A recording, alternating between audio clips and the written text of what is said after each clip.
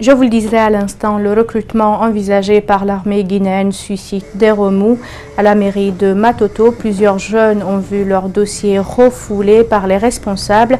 Ceux-ci soulignent qu'ils n'ont aucune information sur un quelconque dépôt de dossier. Notre équipe de reportage a tenté de joindre le ministère de la Défense. Pour l'instant, c'est le silence radio. Alseni Bari et Ibrahim Assouma. Matoto, 11h. Des dizaines de jeunes venus faire le dépôt de dossiers pour le recrutement annoncé dans l'armée guinéenne. Certains ont fait des va-et-vient depuis une semaine, d'autres quelques jours. Le coût du transport, l'attente vaine, le manque d'informations, les jeunes ne savent pas où postuler. On passe toute une journée entière ici, nous venons, et puis on se retourne aussi à la maison comme ça. Là. Et les difficultés qui sont là aussi, bon, surtout même ce qui nous fait très mal aussi, c'est par rapport au transport que nous payons de aller et retour comme ça. Là. Ça fait comme ça une semaine, 7 jours, non, une semaine, 4 jours, moi je marche ici pour le dépôt de mes dossiers, mais vraiment jusqu'à présent, à chaque fois que je viens, on me dit va demain tu viens, va demain tu viens, vous voyez. Donc aujourd'hui encore, je suis venu à pied comme ça de ce mois jusqu'à ici, parce qu'il n'y a pas de transport, je marche tellement fatigué, donc vous voyez. On ne nous a pas donné une information réelle pour nous dire que vraiment, à tel jour, venez déposer. La plupart des jeunes que nous avons rencontrés sont des diplômés d'université. Leur constat est alarmant. Le casier judiciaire, le certificat de nationalité se délivrerait à la commune, d'où leur crainte. Pour moi, le casier judiciaire devrait se prendre au tribunal de première instance de Mafanko. Et le certificat de nationalité, la même chose. Mais on trouve tout ici. Qu'est-ce que ça veut dire? Est-ce que c'est des bons dossiers? Il ne faudrait pas qu'on prenne de l'argent avec des gens ici et finalement on trouve que ce n'est pas des bons dossiers. On se fait réunir dans le préliminaire. Sur place, nous rencontrons les responsables de la mairie. D'abord, ils nous indiquent qu'ils sont étonnés de voir tous ces jeunes venus postuler pour l'armée avant d'expliquer les dossiers disponibles à leur niveau. Nous n'avons aucune information concernant le dépôt des dossiers à la commune de Matoto et qu'aucun bureau n'est indiqué ici. Donc nous ne pouvons rien dire au sujet de ça. Seulement les extraits de naissance qu'on livre ici, si les intéressés viennent à l'état civil, on les livre. Contrairement à Matoto, à Matam et à Ratoma, aucun rassemblement. Cependant, toutes nos tentatives d'avoir des réactions du côté du ministère de la Défense ont été vaines. Pour être complet concernant ce recrutement, 1639 soldats ayant bénéficié d'une formation en 2009 sont toujours laissés pour compte par l'armée guinéenne. Ils demandent une intégration dans la Grande Muette. C'est désormais effectif. Mariam Camara a passé les mains à Michel Bemi, le nouveau directeur général entrant de la SOGIPA, un acte qui met fin à plus de 3 décennies de service et de gestion pour une dame dont les couronnes ont été dressées par le promu durant la cérémonie. Il faut préciser que cette passation devant avoir lieu à 14 h ne s'est déroulée qu'à 19 h. Djibril Ba et Aliouba y étaient suivis. Mariam Camara, pour les intimes Mariam Sogipa, à travers cette signature, montre l'épilogue d'une trentaine d'années de service et de gestion à la Société guinéenne des palmiers à huile et DVA. L'actuel ministre de l'Agriculture a bâti une entreprise publique qui s'est imposée à l'usure du temps selon les indiscrétions. L'utilité des palmiers à huile et DVA est lancée beaucoup. Dans la foulée, elle a permis à la création d'emplois et favorisé l'autonomisation des femmes dans les contrées de Benyamou et de Guéké.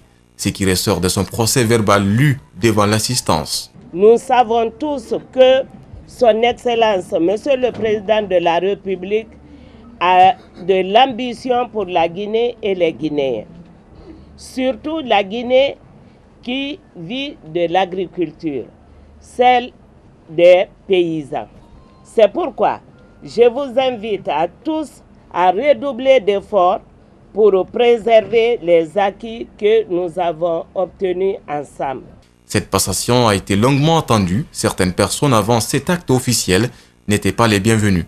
Cet ancien climat communautaire se définissait tout au long de la journée. Tard la nuit, tout finit par se calmer. Alors le nouveau directeur général entrant prend la parole et magnifie celle qui doit à l'instant céder sa place. Chère maman, trouve en ces phrases la fierté d'un fils qui assure la relève, simplement.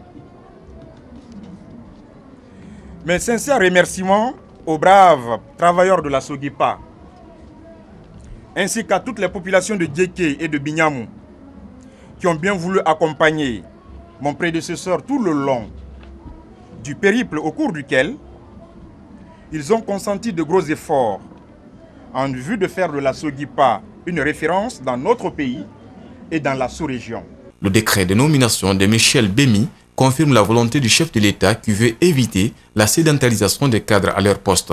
Pour Mariam Soguipa, ça en valait la peine peut-être. Autre chose dans ce journal, la campagne de collecte du sang a été officiellement lancée ce mercredi dans l'enceinte de l'université Gamal Abdel Nasser de Conakry. L'initiative est du ministère de la Jeunesse en partenariat avec celui de l'enseignement supérieur et de la recherche scientifique et du Centre national de la transfusion sanguine. L'objectif est d'encourager les citoyens à donner leur sang pour sauver des vies. Compte rendu, Mariam Fodé Camara et Abou Koria Kourouma. L'université Gamal Abdel Nasser de Conakry est la première étape de cette campagne de don de sang. L'objectif est d'améliorer les stocks afin de couvrir les besoins des patients en manque de sang. En accord avec les deux ministres, la campagne va être continuelle et nous irons partout où il y a des universités ou partout où il y a des écoles, puisque l'ensemble des hôpitaux du pays sont déjà équipés en moyens de conservation. Nous pensons que ce qui manque maintenant, c'est la contribution de la population avec des dons réguliers pour pouvoir ravitailler ces banques afin que tous les patients qui viennent puissent bénéficier des produits sanguins sans être dans l'obligation de fournir des donneurs. Les ministres de la Jeunesse et de l'Enseignement supérieur et de la Recherche scientifique ont donné le ton, une manière pour eux d'inviter les citoyens à donner leur sang. Et à cause du manque de poches de sang dans les hôpitaux, beaucoup de gens en meurent. Beaucoup de malades ont besoin de sang. C'est ce qui nous a amenés ce matin ici et nous allons continuer dans d'autres universités et même en dehors des universités après. Pour nous, au-delà de l'acte humanitaire, c'est aussi un acte citoyen. Et je crois que chaque citoyen doit pouvoir donner son sang au moins une fois par an pour que nos hôpitaux et que les Guinéens ne meurent pas par manque de sang. Donner son sang, c'est penser à la vie de son prochain, ce qui a motivé certains à faire ce acte humanitaire. Si tu es en bonne santé, tu es apte à donner le sang et il faut le donner. C'est extrêmement important. Il y a des malades qui sont dans les hôpitaux, qui n'ont pas les moyens de payer le sang.